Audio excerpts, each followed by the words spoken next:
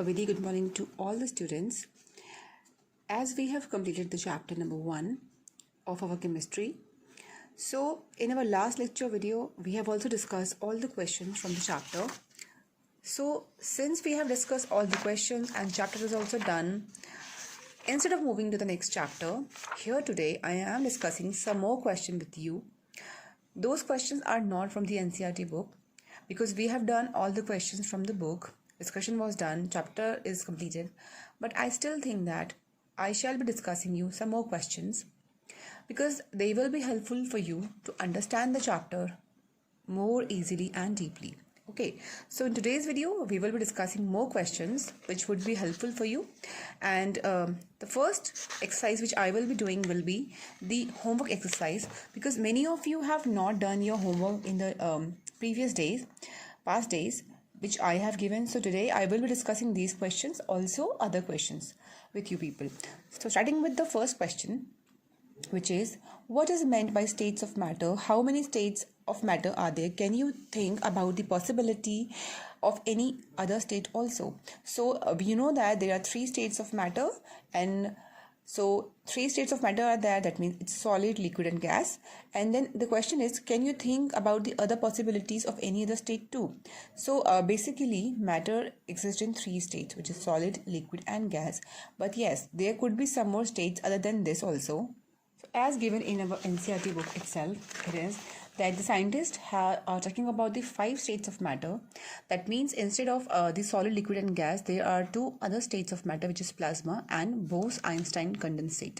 So this plasma is what? It's just we talk about the ions and all. So that is all the plasma about, because generally we know that it exists in 3 states, which is solid, liquid and gas. But other than this, there are some super energetic particles. So these particles are from the ionized gases. Okay, so all the gases have the particles. So because we know that atom, we talk about the atom, but then the atom also have electrons, and when they donate the electrons, they become ions. So it is like whenever we heat some matter, like when we heat the water, it converts into vapors. So when we heat any gas, that gas when get heated, it get ionized, and because of the ionization, it emits the plasma, and those plasma they will see in something that they shine or they glow. So that is the plasma, which is the 4th matter, state of matter, and it is a very simple thing. It is just an ionized gas.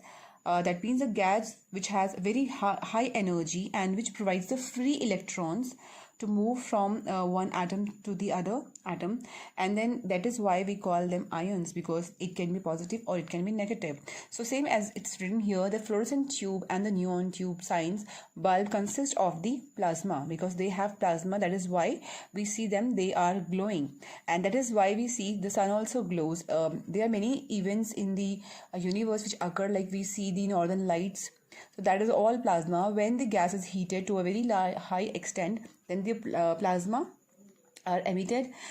We can also see in the lightning also. So when there is a high lightning, they are glowing because of the plasma, because they are the 4th state of matter. And now moving to the Bose-Einstein condensate. This is a state of matter which is created by humans. That is, in this state, the atoms or the particles are chilled to a very low temperature, to a very low energy, that they condense to form a single quantum state. So these atoms are bosonic in nature. That means that they the subdivision particles in the atoms, they are just freezed together to make a quantum. And this was made by 2 scientists. One is the Indian scientist. So in 1920 it was done. So Indian physicist called Satyendra Nath Bose and Albert Einstein. Okay, so that means the answer is matter can exist in the other state also. So you would be learning in the other classes that there are few more states of matter. So not only 3 states, but primarily it's 3 states of matter. Okay, so moving to the next question now. This is done. So the next question is, give reason why three states of matter arises. The three states of matter arises because of the particles, nature of the particles, because we know that matter is made up of particles. So when the arrangement of the particle is like they are very closely packed, so it will form a different state of matter. So all the states of matter, like we have just read that there are few more states of matter other than solid, liquid and gas. So these states of matter exist only when the particles behave in different manner. Okay, so it all depends upon the arrangement of the particles.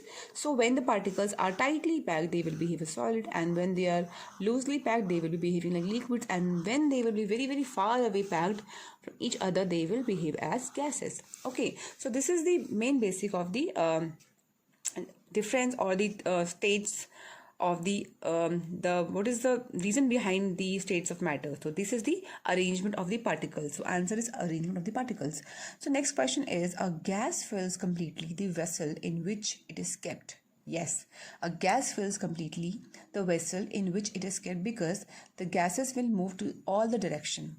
It will move to each and every direction because the particles of gases are they free to move, so they will move in every direction. Because they will move in the every direction, so they will apply the forces in the corners of their vessel. So because of that, they will fill all the edges of the vessel. Next question is, gases have low density. Yes, gases have low density. Density means mass or weight. So because as we can see here, in any if we take an example of a piece of a solid, so in a piece of a solid there will be more particles. So because the particles will have weight, particles we can call them atom, and atom do have weight, so these will be having more weight. And then when we talk about this, it has less particles, so lesser weight, and this have very less particles, it will have a lesser weight. That's why gases have low density, because they have few number of particles. Now next question is, gases and liquids can be called fluid but not the solids. Yes, gases and liquids both are called as fluid, because fluid means which can move, okay, which can flow from one place to the another, because liquids can flow from one place to the another as well as solids. So they are called as fluid, but they are not solid, they are not rigid, because there are some other characteristics of solids which we have discussed in our previous videos. So it's very clear that solids do behave differently and gases and liquid behave differently, because they are free flowing, they can move to any direction. Next is, a wooden table should be called a solid. Yes, because a wooden table is a solid because it has all the characteristics of solid, because it has density, it has surfaces, it has a fix, it has rigidity, it does not be compressed, so it has the characters of solids. That's why we call it a solid. Then oxygen should be called a gas, because oxygen shows all the characteristics of gas, because oxygen molecules are free flowing, it is not hard, it does not have any surface, all the characteristics it shows are of the gases. Water should be called a liquid. Yes, because water is also a liquid, because it is free flowing, it do not have surfaces, it has only one surface, and then it has a low melting and boiling point. Then solid, it acquires the shape of the container, because it does not have its own shape, so it is a solid, it's a liquid, sorry.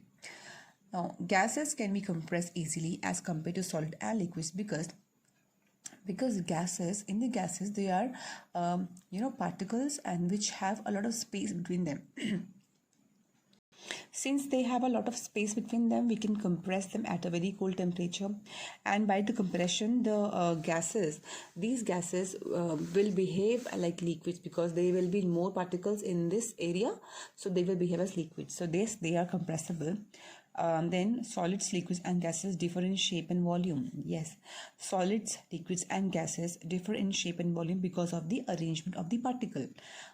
So gases neither have a fixed shape nor a fixed volume. Yes, they don't have any fixed shape and they don't have any fixed volume, because when we will compress the gases, they will be having different volume, and when we will fill them in any balloon or any container, they will take the shape of that thing, and the volume will also change.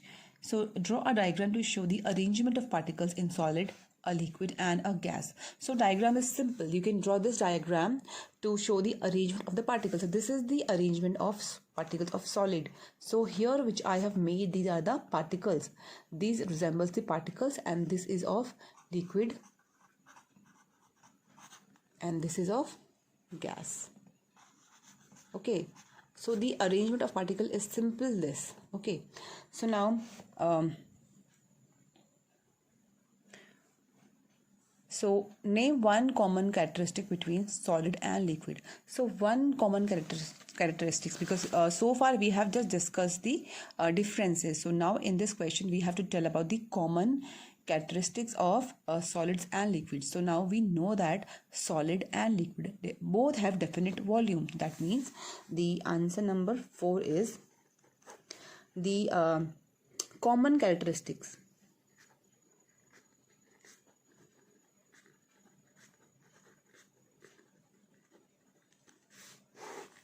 Solid and liquid, which is now they have both have definite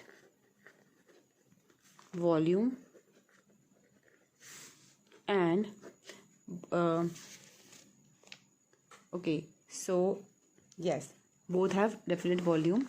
This is the only common characteristic, because other than this I don't think they have any same characteristics. Okay, so this is the only one. And now name one common characteristics between gases. So the part B is the common characteristics of the liquid and gases. For liquid and gas, for liquid and gas, that means both are fluid. Both are fluid. That means they have fluidity. Okay, so this is the thing. Then I will ask some more questions, like give one word for the following, like next question.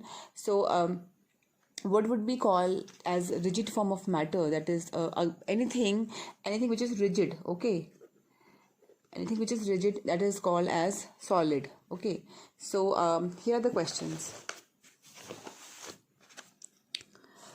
So give one word for the following rigid form of matter. So rigid form of matter is solid. Tendency to flow and change shape. So the tendency to flow and change shape, it is called as the fluidity.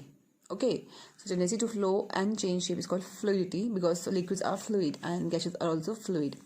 A solid having pores which can be compressed easily. So we know that solids cannot be compressed, but yes, foam, cotton, all these things are solid, but they have pores in them and they can be compressed easily. So the answer would be foam, and its answer would be solid, and the tendency to flow, the change shape, can be fluidity. Okay, so what can you can interrupt from the following statement. So you have to tell about what this statement means. Okay, so we can easily move our hand in air but not through the solid material. So this question we have done in our NCERT book also.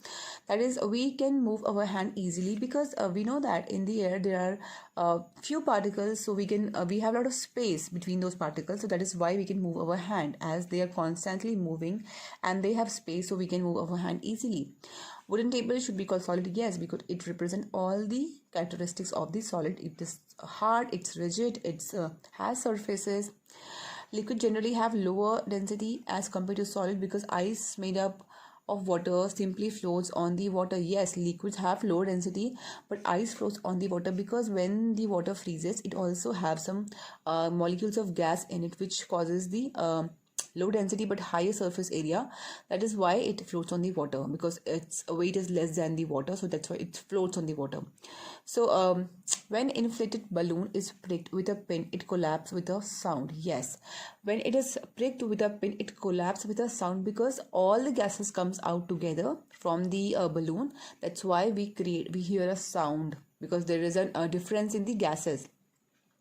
So gases are moving from an enclosed container to the outer surface, so there will be a movement of the particles all together, so they will create an energy which will cause a sound. So an inflated balloon which kept in a refrigerator get reduced in its size. Yes, because on cooling the gases will compress. They will compress and they will come closer. That's why the size will decrease. Compare the characteristics of solid, liquid and gas, which we have done already in the lecture video. I think you know that. Give the full form of LPG and CNG. It's liquid petroleum gas, and CNG is compressed natural gas. Okay, so what is common between the two? Can you give the explanation also for that? Yes, the common thing is that both are compressed, and this is a natural gas which is obtained as called as methane gas, and this is the gas which we obtain from the petroleum, refining of the petroleum. So the gases exert pressure on the wall of the container because, like these gases, it's a balloon, so these gases will be filled in this, and these particles will be moving randomly at a very high speed. So they possess the high kinetic energy. Kinetic energy will be created because when the particles will move, they will create the kinetic energy. Okay, so due to this movement of the particles of the gases, they will hit each other, and because of this they will create a force, and that force will be exerted in the walls of this container. That's why the gases creates equal pressure on the walls of the container. Okay, so now here are some few more questions from the temperature scale. So now a certain bacterial culture was maintained at 35 degrees Celsius. What is the temperature on the Kelvin scale? Okay, so now in this question we have to convert the degrees Celsius into Kelvin scale. So question is very simple, but it is asked in a bacterial culture manner. So you would be start thinking that is it a biology question or a chemistry question. So this is just to confuse you people. So because we have given the temperature is 37 degrees C, okay, and then we have to convert it into Kelvin. Okay, so temperature is given into degrees Celsius scale, which is 37 degree C, and then we have to convert into Kelvin. So we know that it's a relation between Kelvin and degree Celsius is that 0 degree C equals to 273 Kelvin. So already we have given, I've told you that if the unit is plus, we will add it to 273, and if it is minus, we will subtract from 273. So it's very simple. We will be adding this 37 to 273. Okay, then the answer will be, it will be 320 Kelvin. Okay, so this is the answer. So simple. So now the next question is, the boiling point of ethanol is 78 degrees C. Under normal atmospheric pressure, express the temperature on the Kelvin scale. So the boiling point of the ethanol is 78 degrees C. So we have to convert this temperature to the Kelvin scale. Again, we will be adding 273 to 78. Then we will be getting the answer, and answer would be 273 and 78. So answer will be 351 Kelvin. So all these are the simple questions which I think you will be able to solve. So moving ahead with the next questions. Here is the question. So give one word for the following. So the conversion of solid directly into vapors on heating. When the solids convert directly into vapors on heating, it's called as sublimation. The temperature at which the atomic motion essentially ceases or stops. Okay, so now you have to think about this. That is the temperature at which the atomic motion essentially ceases or stops when there is no motion of any atom. So that is called as absolute temperature. Okay, you have to keep in your mind that the temperature at which the atomic motion essentially ceases or stops, there is no movement of the atoms, it's called as absolute temperature. The temperature at which a solid melts to form a liquid at atmospheric pressure. The temperature at which a solid melts to form a liquid at the atmospheric temperature is called as a melting point. Okay, the another name for the melting of solid. Okay, so if we have to call the another name of the melting of solid, it's called as fusion. Okay, because we have read about the latent heat of fusion, which is applied during the change of the state of matter from the solid to a liquid. Okay, which is called as melting. So we can also call it as a fusion. The conversion of liquid into vapors on heating.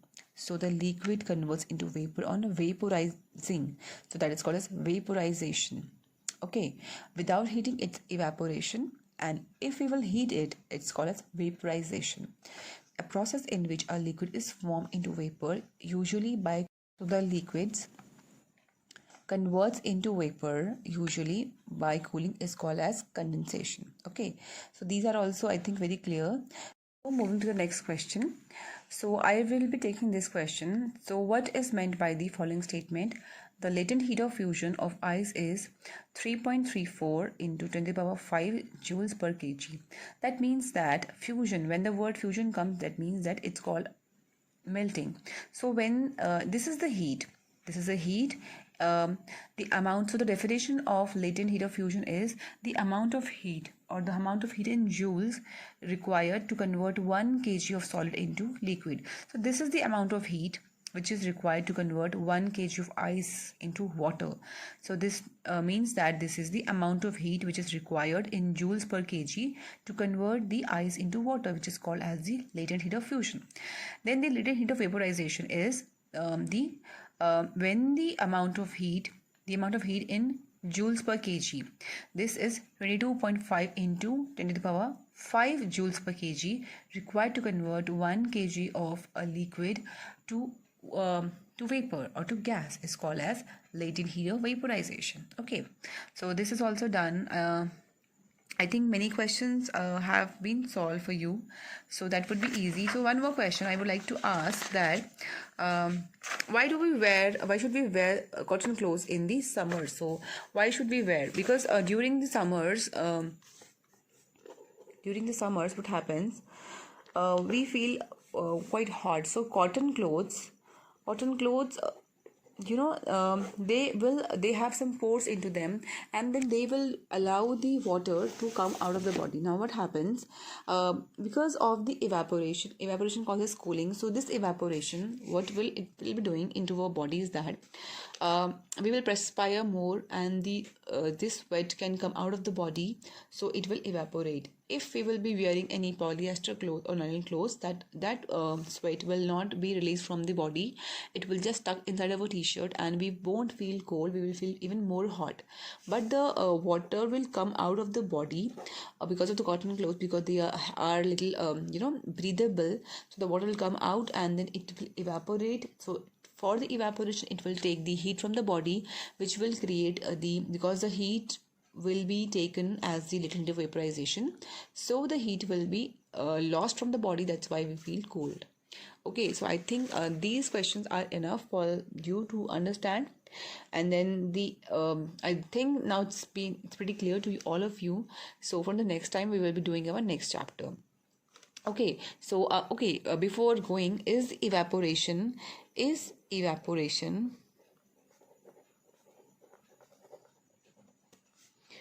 an exothermic process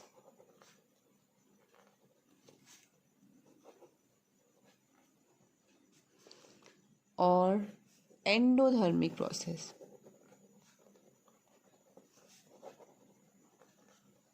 Explain.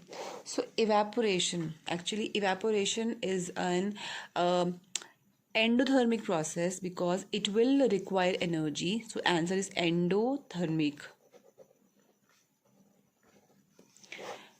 Because endothermic means in which the energy is absorbed in for any reaction, for any process. If the energy or the heat is absorbed, that is called as the endothermic process, and if the heat is released, it is called as exothermic process. So in the evaporation, it takes the heat from the body or from any surface, so heat is required, and then it calls cooling also. That's why it is an endothermic process. Okay, so this is the end of today's lecture, and next time we will be studying our next chapter. Okay, till then, take care and study hard. Thank you.